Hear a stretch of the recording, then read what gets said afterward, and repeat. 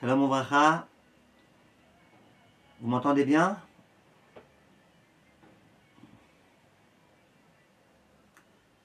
Est-ce que vous Oui, on vous m'entendez? entend. Baruch Hashem, c'est d'Agamo. Alors on va commencer Bezrat Hashem avec les halachot de la vente du Hametz. Comment on fait pour vendre du Hametz? À quoi ça sert la vente du Hametz? Et on va essayer un petit peu de démystiquer tout ça. Pourquoi il y a des gens qui ne veulent pas se reposer sur la vente du Hametz? Et est-ce que c'est effectivement ce qu'on conseille de ne pas se reposer sur la vente du Hametz? Ou est-ce qu'au contraire, on recommande de se reposer? Comment ça marche exactement et qu'est-ce qui se passe? J'aimerais être le plus précis possible parce qu'on entend tellement de choses. Et moi-même, je reçois tellement de questions de gens qui m'interrogent. Il me reste un peu de ceci et cela. Est-ce que je peux vendre? Est-ce que j'ai le droit de vendre? Est-ce que je suis obligé de jeter? Est-ce que... Donc il faudrait qu'on essaye de mettre un petit peu d'ordre et de clair dans ces idées-là. Alors tout d'abord, à l'époque, les gens qui avaient beaucoup de Hametz chez eux à la maison, dès que Pessah arrivait, c'était pour eux un véritable traumatisme. Parce qu'ils devaient jeter, littéralement brûler, des milliers de kilos de Hametz. Et c'était une très importante perte d'argent. Et il y a beaucoup de gens pour lesquels Pessah, c'était automatiquement grande perte d'argent. Au passage, quand on va faire l'abdikat Hametz mardi soir, Bezrat Hashem, quand on va faire l'abdikat Hametz, est-ce qu'on fait la bracha de Shechianu ou pas? On ne fait pas Shechianu. Pourquoi on ne fait pas Shechianu? En général, on est habitué à ce que toute mitzvah qu'on accomplit une fois par an, comme le shofar, comme la Kriyat HaMegillah, comme le lulav, eh ben on récite la bracha de Shechianu quand on vient l'accomplir cette année. Pourquoi on ne fait pas Shechianu quand on récite la bracha et qu'on accomplit la mitzvah de Bdikat Hametz? Ben, l'une des réponses qui est donnée, c'est de dire parce qu'on ne récite pas Shechianu quand on n'est pas heureux, quand on est malheureux. Shechianu, c'est merci Hachem de m'avoir fait parvenir à ce moment qui est un moment de gaieté, de joie. Tu dis pas Shechianu quand tu es triste. Or, au moment où tu vas devoir dilapider ton argent, jeter, brûler ton Hametz, eh ben, tu n'es pas forcément heureux. Voilà pourquoi on ne dit pas Shechianu. Il y en a qui disent qu'il faut malgré tout dire Shechianu. Et le mieux, et je recommande aux personnes qui pourront, c'est soit d'acheter un nouveau vêtement, soit d'avoir un nouveau fruit devant soi, et de réciter la bracha de Shechianu sur le nouveau vêtement ou sur le nouveau fruit, en ayant l'intention aussi d'acquitter la Bdikat Hametz, qui nécessite selon certains une bracha de Shechianu. En tout état de cause, on voit de là combien à l'époque, les gens, ils étaient littéralement traumatisés quand Pessah arrivait. Et c'était donc extrêmement embêtant. Chachamim, ils ont pensé à une solution. Comment faire pour faciliter la vie et pour éviter des grandes pertes d'argent? Cette solution est la suivante. Imaginez, et là je vous demande de réfléchir à un cas très précis, imaginez que je vienne voir l'un d'entre vous et que je lui dise, regarde, tu vois, dans ta maison, il y a un goy qui aimerait entreposer du Hametz pour quelques jours pendant Pessah. Est-ce que c'est un interdit de posséder du Hametz chez moi à la maison qui appartient pas à moi, mais qui appartient à un goy? Permis ou interdit? Il y a écrit, tu n'as pas le droit de posséder du Hametz chez toi. Mais là, ce n'est pas mon Hametz à moi, c'est le Hametz qui appartient à un goy. Viennent les décisionnaires et disent, il n'y a pas de problème. Tout le problème, c'est de posséder chez toi un Hametz qui t'appartient. Donc si un goy vient et que pendant Pessah, il souhaiterait laisser dans un endroit très précis, bien fermé, son propre Hametz, et par exemple qu'il me paye pour ça, ou que je lui rende un service, eh ben, j'ai pas d'interdit de posséder du Hametz puisque c'est pas le mien. Dès lors, Chachamim sont venus et ont dit, c'est quoi le problème? Au lieu de jeter ton Hametz, vends-le à un goy. Comme ça, tout Hametz que tu as chez toi, il t'appartient plus à toi. Il appartient au goy. Et le Hametz qui appartient à un goy et qui se trouve chez toi, ça c'est pas un problème. Voilà comment on a résolu le problème du Hametz qui était chez un juif, qui appartenait à un juif. On l'a vendu à un goy. Maintenant, ce principe-là, il figure déjà dans Shulchan Aruch. Ça veut dire dans les écrits d'il y a 500 ans, il figure déjà. C'est écrit. Donc s'il y en a qui veulent dire, par exemple, peut-être du Heter Mechira pendant l'année dernière, l'année de la Shemitah, c'est quelque chose d'assez récent, c'est le Rav Kook, c'est beaucoup plus tardif. Mais la vente du Hametz, ça date de bien avant et le Rav Kook et le Rav Ovadia Yosef et tout le monde. La vente du Hametz, ça date déjà de l'époque du Shulchan Aruch. Donc non pas que je suis en train ici d'émettre un doute sur le Heter Mechira, mais je suis en train de dire que c'est impossible de ne pas être d'accord avec le concept qui s'appelle la vente du Hametz, puisque c'est écrit dans Shulchan Aruch et que ça a été traité par tous les décisionnaires et que pendant toutes les générations, on a eu la coutume de procéder à cette chose-là. Donc on va essayer de comprendre maintenant si c'est comme ça, et si nos propos sont vrais, Alors pourquoi il y a plein de gens qui disent non, moi je me repose pas sur la vente pour le vrai Hametz, alors si tu te reposes pas sur le vrai Hametz, alors ça veut dire que tu te reposes pas. C'est quoi cette histoire-là? Pourquoi il y a des gens qui veulent pas se reposer? Pourquoi il y a des gens qui jettent leur pain? Pourquoi il y a des gens qui sont pas d'accord avec la vente? On va essayer, Bezrat Hashem, d'expliquer ça de la façon la plus simple possible. Pour que la vente soit valable, d'après tous les décisionnaires, tous, eh ben, il y a tellement de conditions à remplir que malheureusement, en général, même dans les ventes les mieux faites, on n'arrive pas à respecter, à obéir à toutes ces conditions. Je vous donne tout de suite un exemple. Il y a l'un des décisionnaires qui dit, regarde, moi je suis le Rav, d'accord, et je viens vendre le Hametz de pas mal de personnes. Ok. Sur le document du Hametz, donc il y a écrit, je vends le Hametz de monsieur Ben Tata, qui habite à rue Intel, par exemple en Israël, dans le quartier de Baït Vagan. Bon, ce monsieur Ben Tata, il me vend tout le Hametz qu'il a chez lui à la maison, à Baït Vagan, et lui, il voyage en France. Imaginez que le Goy, il vienne me voir pendant Pessah et qu'il me dise, voilà, tu m'as vendu le Hametz de Intel, et ben j'aimerais bien aller récupérer un paquet de panzani. Et que je lui dise, ouais, mais alors, la vérité, le propriétaire, il n'est pas là, il est en France, personne n'a sa clé, il reviendra que 2 semaines après Pessah, genre quand la vente, elle sera déjà terminée. Donc, est-ce que cette vente, elle est valable? Et les décisionnaires qui disent, mais non, la vente, c'est quelque chose de sérieux. Ça veut dire que pour que ce soit sérieux, il faut que le goy sache qu'il peut à n'importe quel moment venir récupérer le Hametz qu'il a acheté, puisqu'il a acheté quelque chose, il a acheté du Hametz qui se trouve chez les Juifs. Si jamais personne n'a la clé, le voisin, il n'a pas la clé, moi, le Rav qui me suis occupé, j'ai pas la clé, le goy, il n'a pas la clé, et celui qui a vendu, il n'est pas chez lui. Il y en a qui ont voulu dire, cette vente-là, eh ben, elle n'est pas bonne. Il y a des gens, quand ils font la vente, ils écrivent même pas le numéro de téléphone, ils écrivent que l'adresse. Même pas de téléphone pour essayer de joindre la personne. Viennent Chachamim et disent, qu'est-ce qui se passe? Une vente qui serait faite de cette façon-là, eh ben, elle n'est pas 100%. Et qu'est-ce qu'il y a si elle n'est pas 100%? Eh ben, ça veut dire qu'il s'avère que la personne qui a vendu le Hametz, en fait, elle ne l'a pas vraiment vendu, puisque d'après certains décisionnaires, sa vente, elle n'est pas bonne. Donc d'après ces décisionnaires-là, tu as possédé chez toi du Hametz pendant Pessah, Issour de Horaïta. Très très grave. Ça, c'est un exemple que je vous ai donné. Et ça, je peux vous assurer que jusqu'au jour d'aujourd'hui, quelle que soit la personne avec laquelle vous allez passer pour faire votre vente, je connais encore personne qui, quand il fait la vente, il demande aux personnes de leur donner la clé de chez eux. Ça n'existe pas. Donc tu vois que la vente qu'on fait aujourd'hui, bien qu'on essaye de la faire de la façon la meilleure possible, elle n'est pas méadrine. On essaye, on fait tout ce qu'on peut, mais elle n'est pas méadrine. Mon maître, le Rav Moshe Sternbuch, il dit que pour que la vente elle soit vraiment valable, eh ben, il faudrait qu'il y ait un avocat, un notaire, quelqu'un qui soit là et qui fasse en sorte que selon la loi du pays, c'est une valeur. Or aujourd'hui, qui est-ce qui fait ça avec un avocat? Qui est-ce qui fait ça avec un notaire? Donc encore une fois, pour que la vente elle soit irréprochable et irrévocable, il y a un certain nombre de conditions qui ne sont pas toujours respectées. Donc c'est vrai que l'essentiel des conditions, on les respecte. Évidemment, on vend en passant par des rabbinim sérieux qui connaissent bien la halakha, qui vont faire le maximum. Mais c'est jamais complètement 100% d'après toutes les opinions que la vente elle est valable. Et si la vente elle n'est pas complètement valable, on rentre dans un problème qui s'appelle posséder du Hametz chez soi. Puisque ce qui a fait que je ne possédais pas de Hametz chez moi, c'était que le Hametz qui était chez moi, en fait, je considérais qu'il était vendu. Mais si la vente elle n'est pas bonne, il s'avère que j'ai du Hametz chez moi. Ça c'est, en 2 mots, la raison pour laquelle certains ne veulent pas se reposer sur la vente du Hametz. Ils disent c'est trop grave le Hametz pendant Pessah. Regardez combien les gens ils sont fatigués à faire le ménage, ils ont fait des pieds et des mains pour pas avoir la moindre miette de Hametz chez eux. Maintenant, de dire je vends alors que la vente n'est pas forcément bonne et avoir du Hametz chez soi, eh ben les gens ils veulent pas.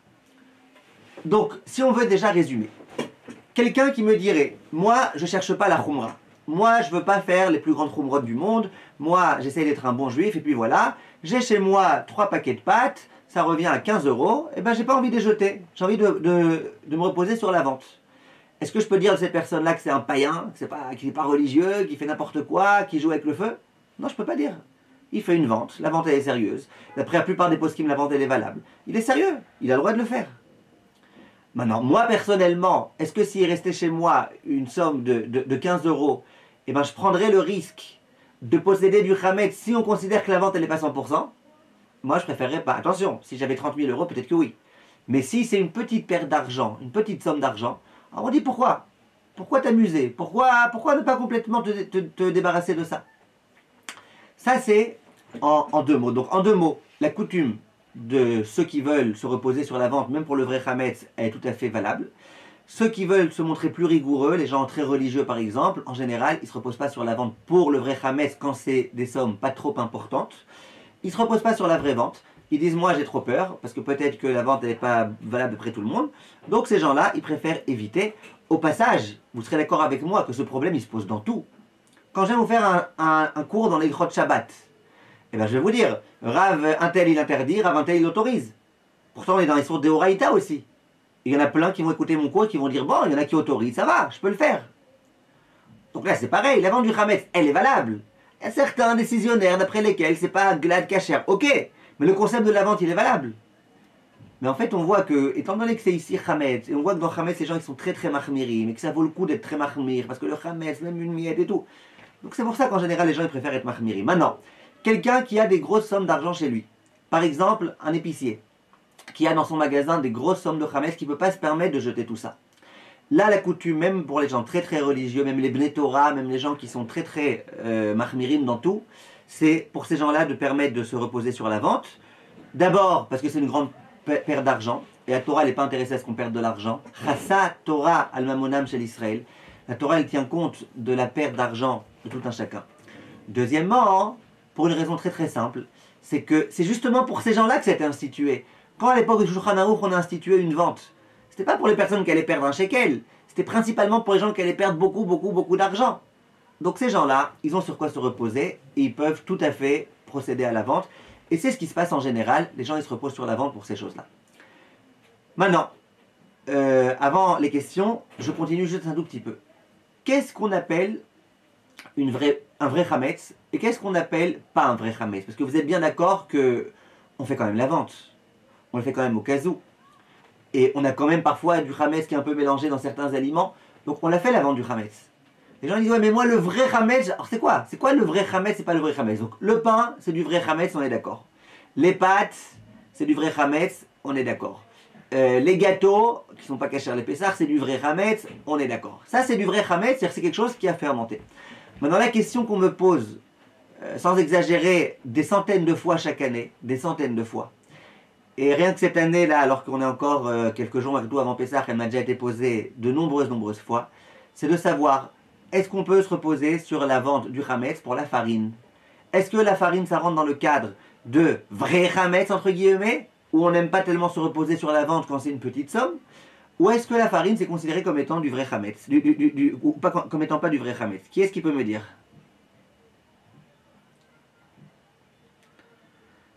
Chavod. Non, c'est pas du Hametz. Si c'est pas en contact avec de l'eau, c'est pas du Hametz. Très bien, pourquoi? Si c'est pas en contact avec de l'eau, c'est resté, enfin, c'est considéré comme n'étant pas du Hametz. Très bien, très bien. Madame Elisha, elle dit ce n'est pas du Hametz. Très bien. C'est quoi l'argument majeur pour dire que c'est pas du Hametz, si on en avait besoin d'un? C'est de dire, avec quoi on fait des matzot? Avec de la farine. Donc la farine, c'est pas Hametz. Le problème du Hametz, c'est quand la farine est mélangée avec l'eau, et qu'il y a un certain temps qui s'écoule, 18 minutes en l'occurrence, et que ça commence à fermenter. Mais la farine en soi, c'est pas du Hametz. En plus que ça, il y a un concept qui s'appelle Matzah Shmura. Matzah Shmura, je sais que beaucoup de Français font l'erreur, même d'Israéliens d'ailleurs, et ils pensent que Matzah Shmura, c'est les matzot rondes qu'on mange le soir du Seder. Ça, c'est pas Matzah Shmura, c'est Matzah Yad. Le fait qu'elle est faite à la main, et pas à la machine, ça s'appelle Matzah Yad, et pas Matzah Mechona. D'accord? Je vous fais le ulpan en même temps.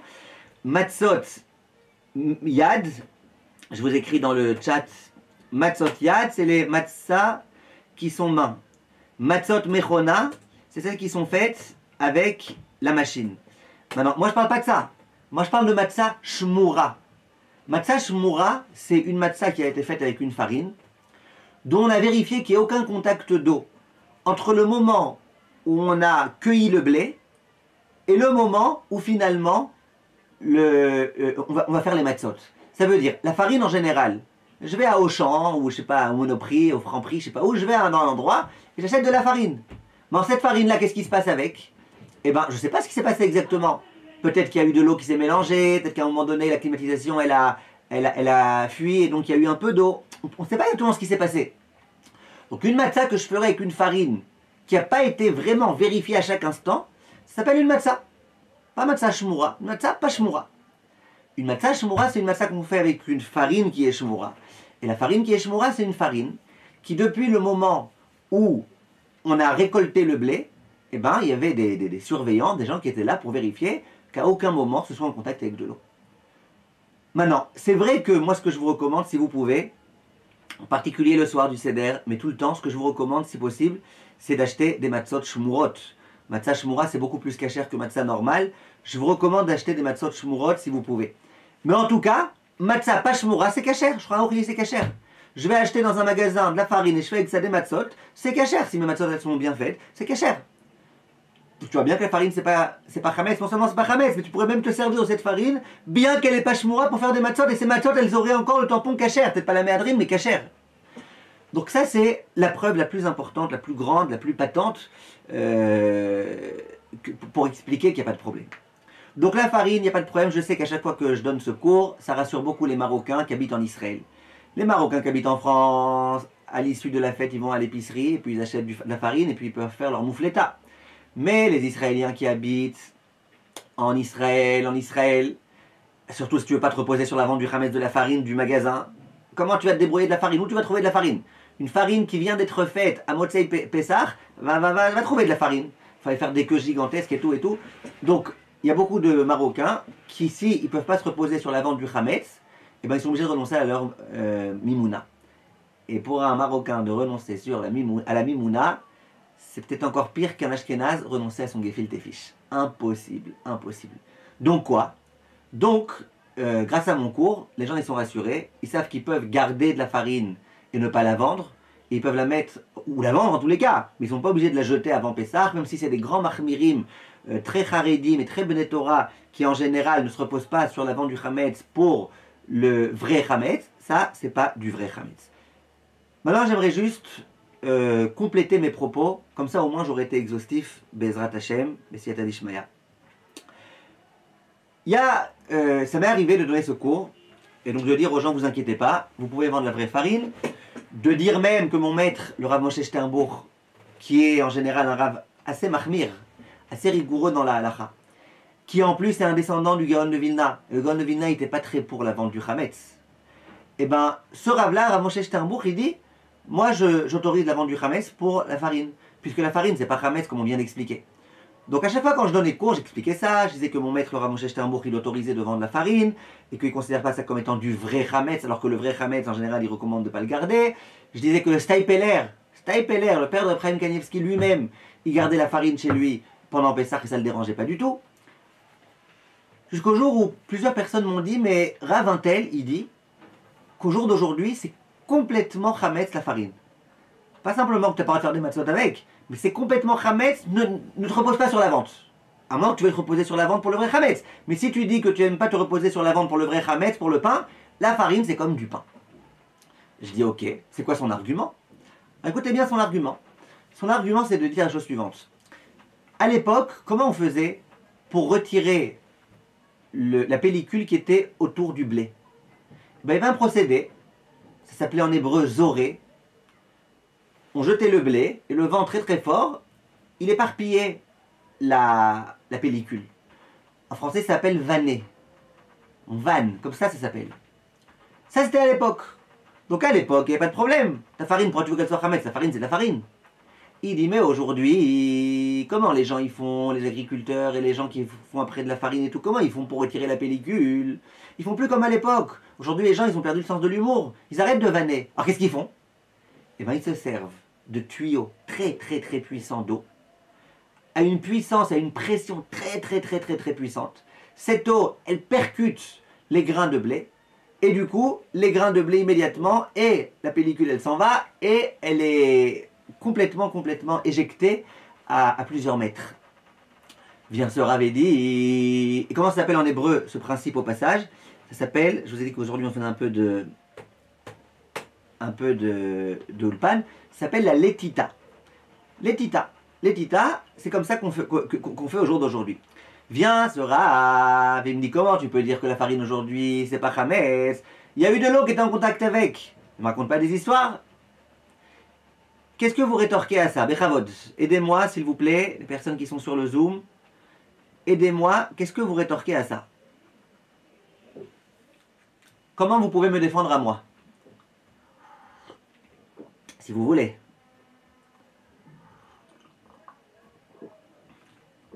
Non, personne veut me défendre? Bah, excusez-moi, mais le blé lui-même, il est en contact avec la pluie. Birlal. Oui, sinon il ne pousserait pas. Mais ça Bah ne vient oui, pas bah Hametz. alors, Tant que c'est encore c'est-à-dire rattaché. qu'il y a bien un moment donné où ça sèche, ça je veux dire. Ok, très bien. Quelqu'un veut rajouter quelque chose? Non? Alors je vais vous dire, je suis très, très d'accord avec Madame Birenbaum. Je vais vous expliquer exactement ce que j'ai répondu et ce que j'ai vérifié et la conclusion que je vous demande de retenir, qu'en tous les cas moi je recommande personnellement. Le blé, d'abord la farine, c'est pas Hametz. La farine et de l'eau, c'est pas Hametz. La farine et de l'eau, c'est Hametz que quand il y a eu une réaction chimique qui s'appelle les Achmitz, que ça a fermenté, et donc c'est devenu Hametz. Et il y a des conditions, 18 minutes, etc. Il y a un certain temps. Maintenant, quand je prends du blé, et que je mets de l'eau sur du blé, et que je laisse attendre 18 minutes, ça devient Hametz? Non. Pour que le blé, au contact avec de l'eau, il devienne Hametz, c'est-à-dire qu'il faut que tu vois que le grain de blé, il a commencé comme ça à grossir et tout, ça prend beaucoup plus que 18 minutes, et c'est normal. La farine, elle, c'est beaucoup plus facile à fermenter que le grain de blé, surtout quand il est dans son état naturel. Je ne dis pas qu'il n'y a pas de possibilité qu'un grain de blé devienne Hametz, bien sûr que c'est possible. Mais il faudrait qu'il soit en très très très très long contact avec l'eau. Maintenant, le principe de la laitita qu'on vient d'expliquer, c'est qu'au moment où ils veulent séparer la pellicule du blé, il y a des jets d'eau très très forts. Ok. Combien de temps il dure le contact de l'eau avec le blé? Une fraction de seconde. Maintenant, entre nous, je ne parle même pas de juifs. En France, quand ils font la laitita, là, ce fameux procédé, est-ce qu'ils sont intéressés à ce que l'eau elle reste très très très très très très longtemps avec le blé, comme ça le blé fermente bien, et comme ça ta farine elle va être pourrie? Mais non, les gens ils veulent une farine qui soit fluide, une farine qui soit de bonne qualité, pas une farine pourrie, pas une farine fermentée. Donc les gens quand ils viennent acheter de la farine, ils veulent une farine qui soit pas fermentée. Donc les producteurs, laisse tomber les juifs, les producteurs de farine, ils sont intéressés à ce que le blé, aussitôt en contact avec de l'eau, il soit séché. Et j'ai envoyé quelqu'un en Israël qui a vérifié ça auprès de ceux qui travaillent dans ce domaine-là, et ils lui ont expliqué, ils lui ont dit, regarde, il y a le jet d'eau exactement il fait ça, il dit, mais une fraction de seconde après, ça veut dire environ quelques secondes après, tout le blé qui est en contact avec l'eau, on le fait passer devant des fours très très très très très très chauds pour être sûr qu'il ne reste plus la moindre goutte. Pas pour des raisons de cache-route simplement, même pour des raisons qu'on veut que la farine soit de bonne qualité. Donc ça n'existe pas, ce concept-là. Que parce que tu as mis de l'eau, alors la farine, elle devient Hametz. Elle ne devient pas Hametz. Il est hors de question qu'elle devienne Hametz. Ils ne sont pas intéressés à ce qu'elle devienne Hametz. Si quelqu'un il achète un paquet de farine qui est fait avec du blé qui était Hametz, il va le rendre, il ne va pas être content. Il va rater ses gâteaux, il va tout rater. Il n'y en a pas besoin de ça pour rater leur gâteau, mais... Donc, ce que je veux dire, c'est que c'est comme ça que ça fonctionne. La farine, c'est pas Hametz. Au passage, mon maître, le Rav Moshe Sternbourg, dans son responsable, au moment où il parle de, justement, la farine, il dit que c'est pas Hametz, il mentionne cette idée-là. Il dit, je sais qu'aujourd'hui, la farine, c'est fait avec la laitita. Mais malgré tout, c'est pas Hametz. Pourquoi? Entre autres, pour ce que je viens d'expliquer. Donc, sachez une chose, c'est que la farine, c'est pas Hametz. Le blé, si vous restez chez vous à la maison du blé, c'est pas Hametz. S'il n'a pas fermenté, le blé, c'est pas Hametz. Donc, vous pouvez très bien le garder, mettez-le dans la vente si vous voulez. Attention, le fait qu'aujourd'hui, il y ait le concept qui s'appelle la laitita, peut-être qu'effectivement, ça me dirait, ne va pas prendre stam une farine au supermarché pour faire des matzot avec chez toi à la maison pendant Pessah. C'est-à-dire, ça, faudrait bien vérifier. Mais ça, je peux entendre. Mais là, en tous les cas, il n'est pas question qu'on fasse des matzot chez nous à la maison. Je conseille à personne de faire de matzot chez lui à la maison tant qu'il ne connaît pas parfaitement les halachot du chametz et de la matzah. Faut pas. C'est difficile à bien faire de façon vraiment cachère. Donc, la seule question, c'est est-ce qu'on vend ou est-ce qu'on ne vend pas? Eh bien, à mon avis, vous vendez, il n'y a aucun problème. Vous mettez ça dans la vente et il n'y a strictement aucun problème. Voilà, ça c'était ce que je voulais vous dire pour l'instant sur la vente. J'ai encore un petit rajout. C'est quoi? Je vais vous rajouter le petit rajout que je voulais vous dire. Et après, Bezrat Hashem, on passe aux questions. Le rajout que je voulais vous dire, il est très très très important. Qu'est-ce qui se passe après Pessah? Donc je sais qu'en France, il y a des listes chaque année dans lesquelles on écrit dans tel magasin n'achète pas, dans tel magasin n'achète pas après Pessah. Et pourquoi? Parce que c'est des magasins à propriété juive. Et le propriétaire juif, il n'est pas religieux, il n'a pas vendu son chametz pendant Pessah. Et puisqu'il n'a pas vendu son chametz, eh bien le chametz, il est interdit à la consommation.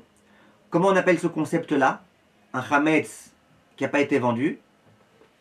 Vous savez? Je vous l'écris. Ça s'appelle Chametz She'avar Alav à Pessah. S'il y a un Chametz sur lequel Pessah est passé, mais pas un Chametz qui a été vendu, lui on ne considère pas que Pessah est passé dessus, un Chametz qui aurait dû être vendu, qui n'a pas été vendu, un Chametz qui appartient à un juif sur lequel Pessah est passé, eh ben, on considère qu'on n'a plus le droit de le manger après. Donc en France, il y a des listes. En Israël en général, en tout cas dans la plupart des endroits religieux, les magasins ils vendent le Chametz et à l'entrée du magasin, juste après Pessah, ils mettent le papier comme quoi le Chametz a bien été vendu, comme ça on peut être tranquille quand on achète chez eux. Mais la question est la suivante. Disons que moi, j'ai pas envie de me reposer sur la vente du Chametz. Parce que voilà, on a expliqué au début du cours, moi je suis Mahmir, et j'ai peur que peut-être la vente elle soit pas 100%, et va savoir, et tout ça. Donc moi personnellement, j'ai pas envie de me reposer sur la vente du Chametz pour le vrai Chametz. Ok. Est-ce qu'après Pessah, je peux aller au supermarché, juif, qui lui s'est reposé sur la vente du Chametz, même pour les pâtes et même pour le couscous et tout ça, et acheter des pâtes et du couscous? Ou est-ce qu'on va dire, ben c'est débile, toi-même, t'as jeté les pâtes qui te restaient parce que tu considérais non, la vente elle est pas bonne pour le vrai Chametz. Et toi après tu vas aller au magasin et acheter du vrai Chametz? Vous comprenez la question? La réponse, c'est que il n'y a pas de problème. Il n'y a pas de problème pour plusieurs raisons. Première raison, c'est que lui, le magasin, il avait raison. Le vendeur du magasin, il avait raison de procéder à la vente. Pourquoi il avait raison? Parce que pour lui, c'était une grande perte d'argent. Et pourquoi pour lui, c'était une grande perte d'argent? Parce qu'il avait des milliers d'euros qui étaient engagés et qu'il aurait dû jeter s'il ne se reposait pas sur la vente. Donc, lui, il avait raison de vendre. Donc, s'il avait raison de vendre, il n'y a pas de problème que toi, tu prennes. En dehors de ça, ok, la vente, elle est bonne. Qu'est-ce qu'il y a? Tout le monde est d'accord que la vente, elle est bonne. Je préfère juste ne pas posséder. Mais là, j'aimerais vous dire un petit chidouche, un très beau chidouche. Vous allez faire kiffer les gens auxquels vous raconterez ce chidouche à la table de Pessah ou ailleurs. Écoutez le beau chidouche. Il faut vraiment avoir l'esprit bien affûté pour pouvoir dire un tel chidouche. Le Rav Ben Sion Bachalou dit ce chidouche. Écoutez bien le chidouche. Le Rav Ben Sion, il dit comme ça. Imaginez un juif, donc hyper haredi, hyper mahmir, stressé de folie et tout, qui dit moi je me reposerai jamais de ma vie sur la vente du Chametz pour le vrai Chametz. Donc il fait la vente juste pour savoir s'il y a un peu de mélange de Chametz ici et là, il préfère faire la vente. Mais lui, jamais de la vie vendrait le Chametz, le vrai Chametz. Ok. Donc on parle d'un homme très précis, d'accord? Un homme très précis qui lui considère, qui crie sur tous les toits, que lui, il est jamais prêt à se reposer sur la vente du Chametz pour le vrai Chametz. Chasve shulem, chasve shulem, chasve shulent. Comme ça, il dit cet homme-là. Après Pessah, cet homme-là, il ouvre le tiroir de son bureau et à sa grande stupéfaction, il s'aperçoit qu'il y avait un paquet de gâteaux, que je ne sais pas pourquoi ils n'ont pas vérifié dans l'applicat Chametz, ils n'ont pas vérifié pendant le ménage, un paquet de gâteaux qui était dans son tiroir. S'il est encore en vie, le monsieur, ce qui n'est pas sûr, est-ce qu'il va pouvoir manger ce paquet de gâteaux? Donc Pessah est déjà passé. Pessah est déjà passé, lui il a fait une vente, donc dans la vente il y avait écrit tout Chametz que je possède chez moi, quel que soit l'endroit dans lequel il est, donc ça incluait aussi ce tiroir. Est-ce qu'il a le droit de manger? Logiquement, on devrait dire, ben non, c'est quoi, t'as pas le droit? Décide, tu veux te reposer sur la vente, tu te reposes, tu veux pas, tu te reposes pas. Toi-même tu dis et tu cries sur tout et tout que tu te reposes pas sur la vente, alors ne te repose pas. Donc ce Chametz la poubelle, brûle-le. Vient le Rav Ben Sion Bachalou et dit non, moi j'autorise de manger ce Chametz. Même pour quelqu'un qui dit moi je me repose pas sur la vente pour le vrai Chametz, s'il s'avère a posteriori qu'il y a eu un Chametz qui a été vendu pendant Pessah, t'as le droit de le manger. Ne fais pas la khumra. Arrête les khumrot là, ça suffit, c'est trop. Question pourquoi? Comment on peut expliquer ce Rav Ben Sion? C'est complètement illogique a priori, complètement illogique. Moi je comprends beaucoup mieux les gens qui vont me dire, sois cohérent. Si tu es d'accord de vendre ton vrai Chametz, alors vends-le. Et puis après, Pessah, tu as le droit de le manger. Si tu veux pas vendre le vrai Chametz, ne le vends pas. Mais s'il s'avère que par erreur tu as vendu, eh ben, ne le mange pas. Vous comprenez la question? Qui est-ce qui peut me proposer quelque chose? Une idée comme ça, ingénieuse, qui pourrait expliquer comment il s'explique le Rav Ben Sion Bachalou pour dire une chose pareille? Si quelqu'un a une idée, Bechavod. La vente, elle a eu lieu. Pardon? La vente, elle a eu lieu. La vente, elle a eu lieu, mais lui, il dit qu'il veut pas de la vente pour le vrai Chametz. Il aime pas la vente pour le vrai Chametz. Mais alors, j'ai pas compris. C'est lui qui a vendu. C'est lui qui a vendu sur Chametz, quand même. Lui, il a vendu, mais il savait pas qu'il y avait ce paquet de gâteaux. Lui, il a vendu juste pour elle, les parfums, les Voilà. trucs comme ça. Mais ça fait partie quand même de la vente, même si, comment dire, le fait de vendre, même s'il n'y croit pas, le fait de vendre, c'est quand même, la vente, elle a eu lieu. D'accord. Donc ce paquet de gâteaux, en soi, indépendamment de lui, ce paquet de gâteaux, il est permis. D'accord. Mais est-ce que lui pourra le manger? D'accord, qui peut le donner à quelqu'un d'autre qui lui se repose sur la vente, je veux bien. Mais est-ce que lui va le manger? Le Rabbi Sion, il dit mange-le toi. Toi-même. Mais quand il a...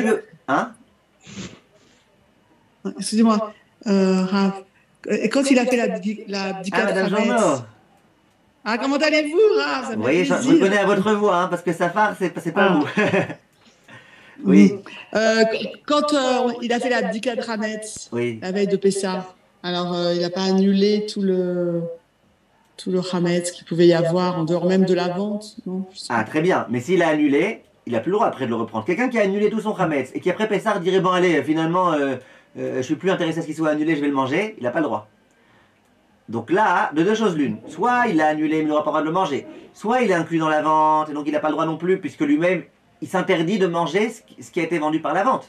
Rabbi Sion, il dit non, n'exagère pas. Arrête d'exagérer. Comment ça se fait?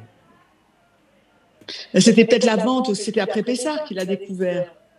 Donc c'est pendant Oui, Pessah. oui. Il s'est aperçu après Pessah que, contre son gré, il a dû se reposer sur la vente.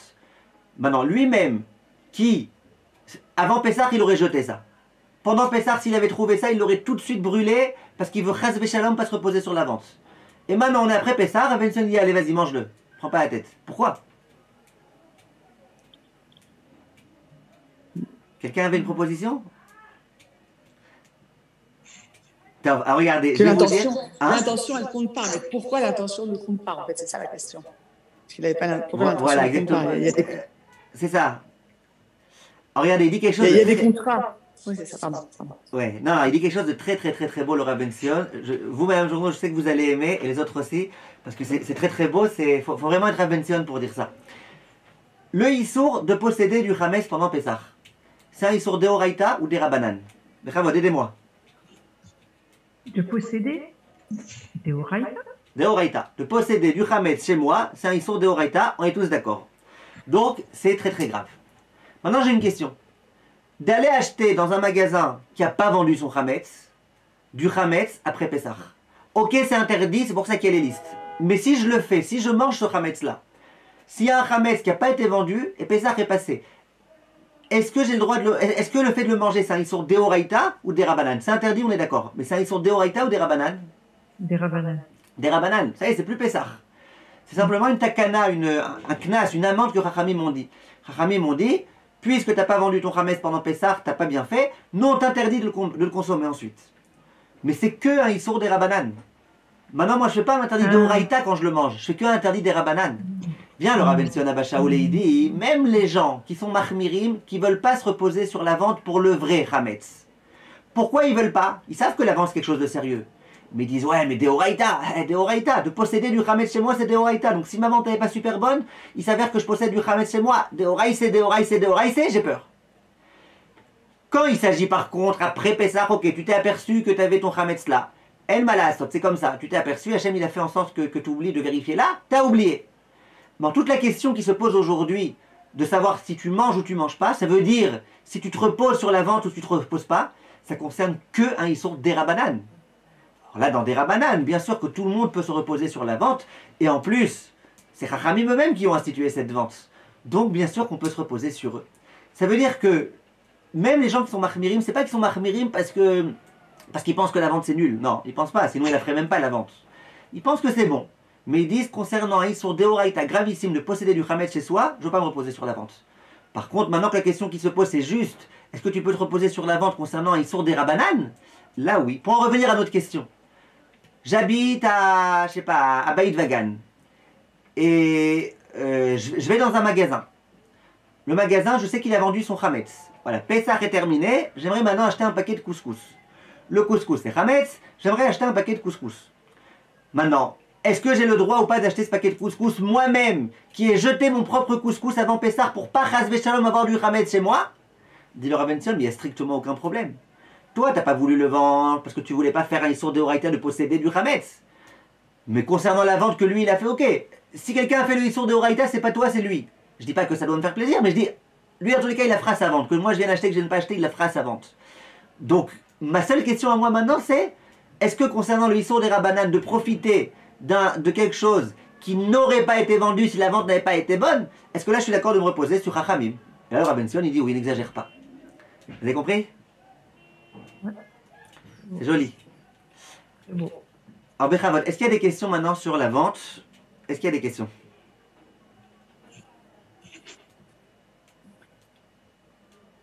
Pas de questions? Si, vous m'entendez, là? Oui.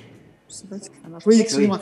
Une société qui a des appartements qui sont loués à, on va dire, en court terme, est-ce qu'elle est tenue de vendre? C'est compliqué, non? Elle n'est pas tenue de vendre le Hametz. À qui, Non, elle ne peut pas vendre. à qui elle loue? À des goïms, à des non-juifs? À des goïms, ça peut être aussi, oui, à des goïms, parce qu'elle peut louer aussi à des juifs, mais dans ce cas-là, de toute façon, il n'y aura pas de Hametz dedans. Sauf si les juifs pas religieux. Regardez, la société, elle, on considère que les appartements, ils lui appartiennent. Ils sont les propriétaires des appartements, c'est bien ça? C'est ça. Simplement, il les loue. Donc venez, on parle même d'un cas plus simple. J'ai un appartement que je loue à des gens, je sais que c'est des goïms, je sais qu'ils vont manger du Hametz pendant Pessah chez moi à la maison. Moi, j'ai pas de Hametz à moi, le Hametz qu'il y a, c'est le leur. Il n'y a pas de problème. Le seul problème qu'il peut y avoir, c'est que les petites miettes qui vont tomber, elles deviennent FKR en quelque sorte, elles deviennent appartenant à personne, et donc mon reshoot, mon domaine, il peut les faire acquérir. Grande question dans les halachot de Choshen Mishpat. Mais en tout cas, si on dit explicitement je ne suis pas intéressé par le Hametz qui pourrait tomber et qui n'est même pas le mien, c'est amplement suffisant. Mais Alors, même si c'est des juifs, hein, c'est pareil. C'est des juifs qui ont du Hametz, ça ne change strictement rien. Alors, mais excusez-moi, Rav, mais juste la particularité, c'est si c'est pas du long terme et que donc les appartements peuvent être vacants pendant une petite période de Pessah, à ce moment-là, évidemment, il faut bien s'assurer qu'il n'y ait pas de Hametz avant Pessah, quoi qu'il en soit. Non, avant Pessah, c'est sûr, faut pas qu'il y ait... Du Hametz à moi qui m'appartient en tant que propriétaire, faut pas qu'il y en ait. Donc soit je l'ai vendu si je me repose sur la vente, soit je l'ai... C'est sûr, moi en tant que propriétaire, j'ai pas le droit que mon Hametz à moi il soit dans ma maison, même si je loue cette maison à quelqu'un d'autre.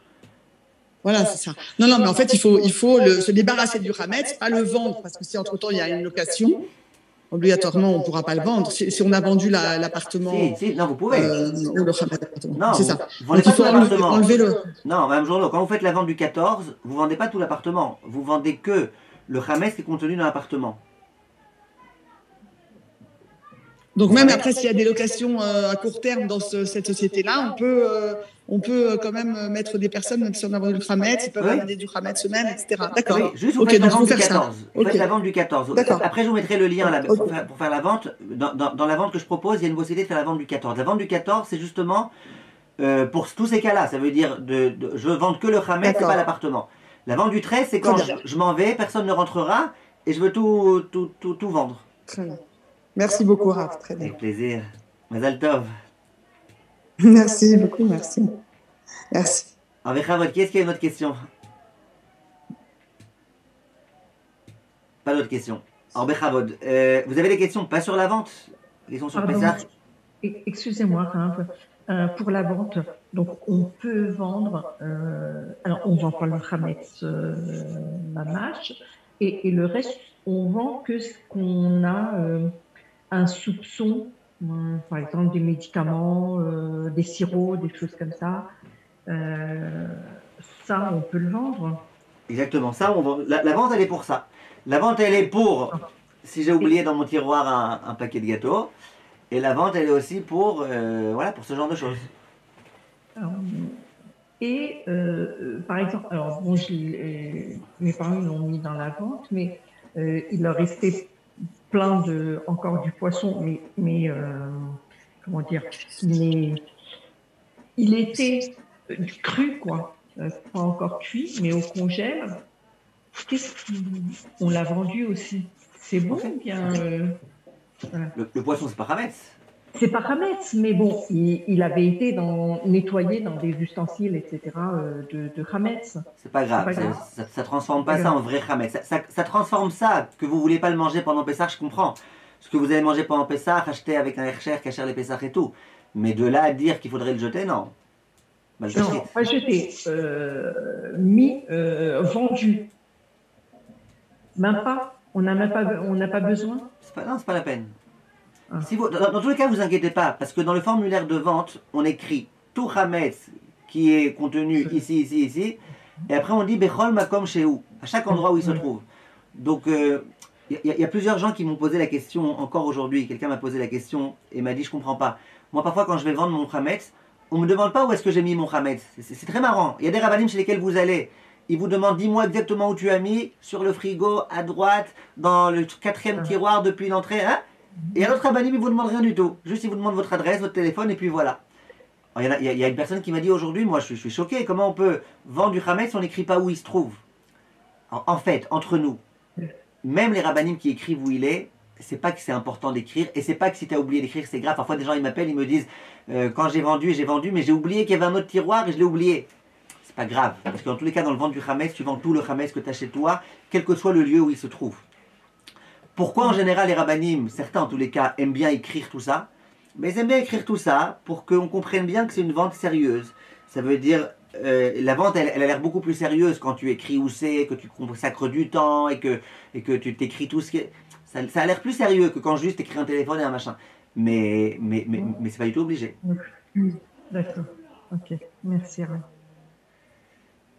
Il y a d'autres questions? Alors, je vous envoie déjà là le lien pour la vente du Hametz. Si vous voulez passer par nous, c'est possible, comme vous voulez. Je sais pas où il est. Ah voilà, la vente du Hametz. Voilà. Et en venant, on parle encore d'un autre petit point. Voilà, je vous l'envoie sur le lien. Voilà. Un autre petit point important et intéressant. Ouais. On m'a envoyé une espèce d'affiche dans laquelle il y avait écrit qu'il y a une pâte à modeler, j'ai oublié le nom. J'ai plus l'affiche sous mes yeux là, mais j'ai oublié le nom. Il y a une certaine pâte à modeler que c'est complètement interdit d'utiliser pendant Pessah. Et c'est écrit au nom des rabbinim. Les rabbinim ont certifié que cette pâte à modeler est complètement interdite pendant Pessah. Et qu'est-ce qu'il y a de particulier dans cette pâte à modeler? C'est que premièrement, il y a dedans du Hametz. Ça, je pense qu'il y a certaines autres pâtes à modeler où il y a du Hametz. Mais deuxièmement et surtout, c'est que cette pâte à modeler, c'est pas dangereux si on l'avale. En général, on dit aux enfants, surtout n'avale pas, c'est dangereux, tu peux t'étouffer, je sais pas quoi. Cette pâte à modeler là, ça va, ça peut passer. Ça veut pas dire qu'on va faire notre repas autour de cette pâte à modeler, mais ça peut passer. Donc ils ont écrit, les rabbinim ont certifié que c'est complètement interdit de laisser nos enfants jouer avec cette pâte à modeler pendant Pessah. On m'a demandé qu'est-ce que j'en pense. Alors moi, comme d'habitude, quand on me pose une question, d'abord, avant même de réfléchir de moi-même, j'aimerais bien savoir c'est qui les rabbinim qui ont dit ça. Pourquoi c'est intéressant? Parce que moi, à premier abord, j'ai tendance à dire que c'est n'importe quoi. Mais écrit les rabbinim certifiés, c'est peut-être des rabbinim sérieux, peut-être qu'ils ont des arguments auxquels j'ai pas pensé. Donc je demande, c'est qui les rabbinim? Toutes les personnes auxquelles j'ai demandé c'est qui ces rabbinim machin, il n'y a pas un nom. Bon, donc les rabbinim sans un nom, ça ne veut pas dire grand-chose. Maintenant, venez on réfléchit, Béhémet, entre nous, à ce concept-là. Venez on réfléchit très sérieusement.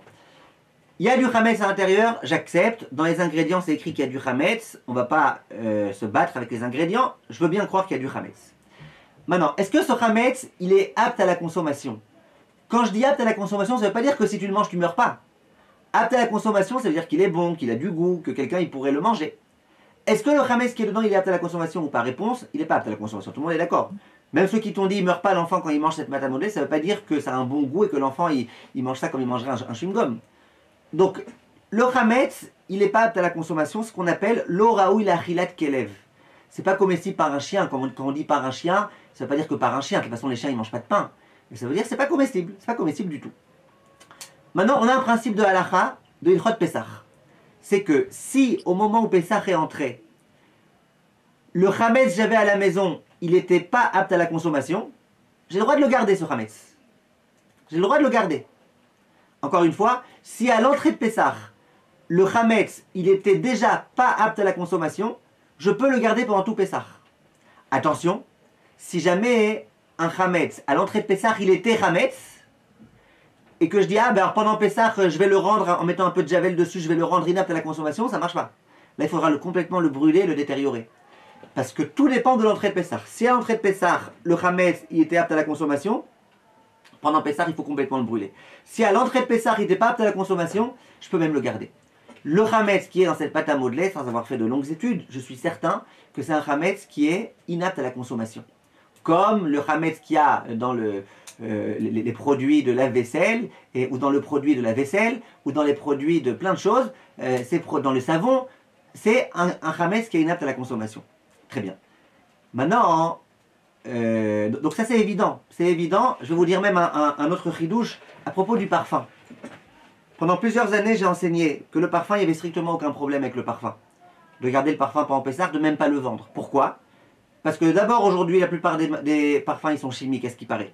Mais même si tu me dis qu'il y avait du Hametz dedans, ou qu'à l'époque il y avait, ou qu'aujourd'hui il y a certains parfums avec du Hametz, le Hametz qui est dedans, il est inapte à la consommation. Personne ne va s'amuser à boire sa bouteille de parfum, surtout au prix où ça coûte. Personne ne va s'amuser à boire. Donc le parfum, le Hametz qu'il y aurait dedans, il est inapte à la consommation. Donc si au moment où Pessah entre, il est déjà inapte à la consommation, ce qui est le cas du parfum, il n'y a strictement aucun problème. Une fois quelqu'un m'a dit, ouais mais c'est pas si vrai que ça. Quelqu'un m'a dit au nom de certains rabbanim, que ces certains rabbanim là, ils interdisent de garder de se servir de parfum pendant Pessah. Et ils disent qu'il faut absolument le vendre. Je leur ai dit c'est quoi leur argument? Ils disent leur argument, c'est qu'on a entendu certains témoignages que dans certains pays de Pologne et ailleurs, il y a des gens qui sont alcooliques et quand ils n'ont plus aucun alcool et qu'ils ont encore besoin de leur petite goutte d'alcool et qu'ils n'ont plus rien, et bien ça peut leur arriver de prendre le parfum de leur femme, bien sûr sans les prévenir, et de boire. Donc tu vois bien que c'est apte à la consommation par certaines personnes. Vous acceptez ça, Madame Journeau? C'est à titre exceptionnel, hein. C'est vraiment... Donc vous acceptez ça? Vous acceptez pas? Non, je pense qu'il est quand même inapte à la consommation, même s'il y a certains fous qui l'utilisent. Exactement. Vous êtes d'accord, Madame Elijah? Oui, tout à fait. C'est pas apte à la consommation. Mais... Exactement. C'est pas apte à la consommation. Moi, tu me dis, il y a des alcooliques qui sont tellement mal dans leur peau qu'ils ont besoin d'encore une petite goutte et qui sont prêts à consommer quelque chose de pas consommable sous prétexte qu'ils veulent avoir la dose d'alcool. Ok, il y a des gens qui sont malades. Mais de là à dire que c'est quelque chose qui est apte à la consommation et donc il faut vendre et t'as pas le droit de t'en servir, à mon avis, c'est pas vrai. Donc là, je pense que c'est exactement la même chose à propos de la pâte à modeler. Maintenant, attendez. Imaginez que cet alcoolique-là de Pologne, il me téléphone, d'accord, pendant Pessah. Je sais pas d'où il a eu mon numéro, et je sais pas d'où il fait attention à l'Ichot Pessah, et il me dit, écoutez, moi j'aimerais boire le parfum de ma femme pendant Pessah. Et disons qu'il y a dedans du Hametz. Est-ce que je l'autoriserai à boire ou pas? Non. Non, pourquoi? Parce que pour lui, c'est... Il a fait. Pour lui, ça c'est... Qui est-ce qui connaît ce mot? Question en or. Qui est-ce qui connaît le mot dont on se sert pour exprimer ce que vous avez dit maintenant, que pour lui c'est important? Les habitués, je vous écris le début. Pas Achashverosh. C'est pas grave, je vais vous le dire, c'est de l'araméen donc c'est dur à retenir. Archevé. Archevé, en hébreu moderne on dirait les archives, ça veut dire donner de l'importance. C'est vrai que le parfum, il n'est pas apte à la consommation. Mais dans la mesure où toi tu le prends, ou tu le bois, ou tu fais la bracha dessus parce que toi tu veux le boire, là, tu lui redonnes de l'importance, tu le fais revivre ce Hametz.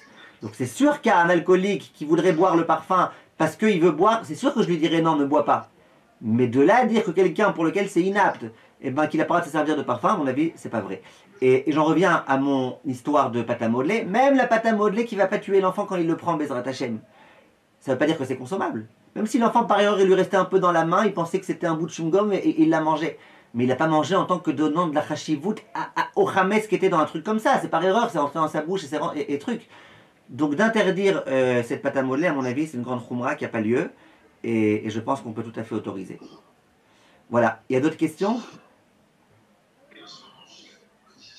Alors Les cosmétiques, à ce moment-là, justement, les rouges à lèvres, etc., c'est un petit peu le même principe. Très bien, très très bien. Les rouges à lèvres, il y a une tchouva dans le Rav Ben Sion Abba Shaul, dans le Rav Nissim Karelitz. J'ai fait un cours sur ça, qui se trouve sur la chaîne de Halacha, dans lequel on a expliqué, c'est un peu long d'expliquer tout, mais en un mot, maintenant vous avez tout, en un mot, vous avez tout compris là. Ça veut dire, le chametz qu'il y a dans le rouge à lèvres, il est dénaturé, il est pas apte à la consommation. Bon, tu vas dire, oui, mais peut-être que par erreur, il va rentrer dans ma bouche. S'il rentre dans ta bouche, c'est par erreur. Donc c'est un chametz qui n'est pas apte à la consommation, qui est rentré dans ta bouche, alors que tu n'étais même pas intéressé à ce qui rentre dans ta bouche. Bon, tu vas me dire, oui, mais alors s'il est rentré dans ma bouche, eh ben, je lui ai donné de l'importance. Non, tu lui donnes de l'importance que si tu viens le manger. Mais un rouge à lèvres qui n'a pas de goût, tu n'es pas censé en profiter. Attends, mais il faut aller pour acheter les bouteilles, les trucs. Vous comprenez? Donc ça, c'est quelque chose de très très simple. Et c'est pour ça que toutes les questions qu'on me pose toujours, est-ce que les assiettes en plastique, c'est la peine qu'il y a un Hercher dessus? En général, aujourd'hui, il y a des Hercherim. Quand tu achètes avant Pessar des assiettes en plastique, des Khat Pe'ami, il y a un Hercher dessus de l'Aïda Haridite. Mais toutes ces choses-là, c'est pas la peine. Le liquide vaisselle, c'est pas la peine. Le dentifrice, on préfère quand même prendre avec un Hercher parce que ça a du goût et que ça fait plaisir quand même ce goût. Mais bien qu'il y en a qui... Le Rav Ben Sion, il dit que même le dentifrice, c'est pas la peine de prendre avec un Hercher. Ça, en général, on conseille de prendre. Mais par exemple, le liquide vaisselle, il n'y a vraiment pas besoin que ce soit avec un Hercher. Ou alors le liquide pour faire la serpillière, c'est vraiment pas peine que ce soit avec un Hercher. Juste ce que je disais hier soir dans mon cours, c'est que malgré tout, et je me rappelle, je l'avais dit chez vous aussi, Madame Journeau, je me rappelle très bien, c'est que j'ai pas envie de dire que c'est n'importe quoi. Aujourd'hui, il y a des gens, ils vont même acheter mettre le papier toilette avec, ils vont bien vérifier qu'il est écrit Kasher les Pessar.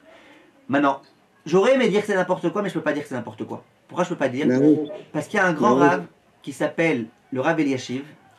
Et le Rav Eliashiv, lui, il disait que même le produit dont on se sert pour faire la vaisselle, pour laver le sol, il dit celui dont on se sert pour laver le sol avant Pessah, quand on fait genre le ménage, c'est pas bien que ce soit Kasher les Pessah. Mais celui dont on se sert pendant Pessah, c'est bien que ce soit Kasher les Pessah, qui est écrit dessus avec le Ishour. Pourquoi? Il dit parce que Khumra des Chametz. Le Chametz est tellement grave qu'on préfère faire toutes les Khumrot du monde. Donc si le Rav Eliashiv disait ça à propos du savon pour faire la serpillière, c'est évident que nous on ne peut pas se permettre de dire que c'est n'importe quoi ceux qui vont dépenser de l'argent pour acheter tout type de choses qui sont cachères les Pessar. Mais la plupart des rabbanim ne sont pas d'accord avec Rav Eliashiv. Ils disent que Béhémet c'est pas la peine. Donc voilà, donc ceux qui veulent dépenser de l'argent pour avoir un liquide vaisselle qui est cachère la méadrine de Pessar ou un rouge à lèvres et tout, et ben qui dépensent, ils ont sur quoi se reposer. Le Rav Eliashiv il leur conseille de faire ça, mais la plupart des rabbanim disent que c'est pas la peine. J'ai une petite question. Est-ce que vous allez faire un cours sur la matzah shkouya? Vous êtes ashkenaz, vous? D'origine. Ouais. Alors, on en parlera. On va essayer, Bezrat Hashem, de faire un cours la semaine prochaine. On passera en revue les halachot du Seder de Pessah, ce qu'il faut connaître et tout. Alors, Bezrat Hashem, je dirai un petit mot sur ça. Merci beaucoup. Alors, Be'atzlacha, ça me fait plaisir de vous voir, de vous rencontrer. Besorot Tovot, on se retrouve, Bezrat Hashem. À bientôt. Merci beaucoup, Rav. Au revoir, avec plaisir. Au revoir. Au revoir. Au revoir.